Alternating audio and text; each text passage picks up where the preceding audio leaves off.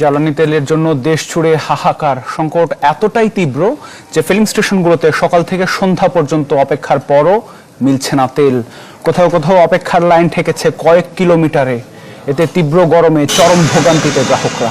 কখন পাম্পের নজল ঢুকবে গাড়ির ফুয়েল ট্যাঙ্কে, কখন মিলবে কাঙ্ক্ষিত জ্বালানি, তার নিশ্চয়তা নেই।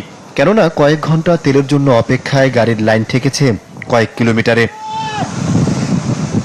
কেউ কেউ আগের দিন ৫-৭ ঘন্টা লাইনে দাঁড়িয়েও তেল না পেয়ে আবার এসে লাইন ধরেছেন।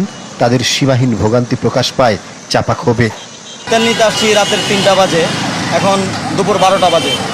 তারপরে সামনে গেলাম, যাওয়ার পরে বলতেছে যে এখন তেল নাই। মন্ত্রী মিনিস্টার সবাই বলতেছেন তেলের কোনো সংকট নাই, তাহলে আমরা পাম্পে আসার পর তেল পাচ্ছি না কেন?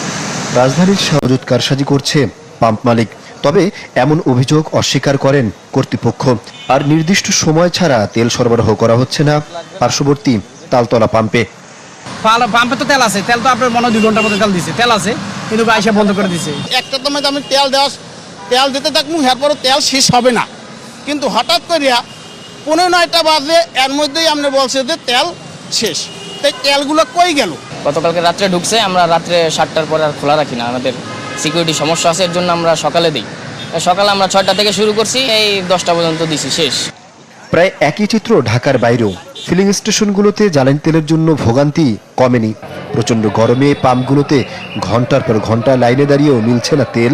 ফলে কেউ কেউ এক পাম্প থেকে ছুটে বেড়াচ্ছেন আরেকটিতে।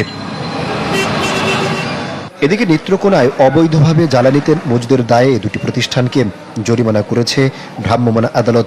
উদ্ধার করা হয়েছে 3100 লিটার ডিজেল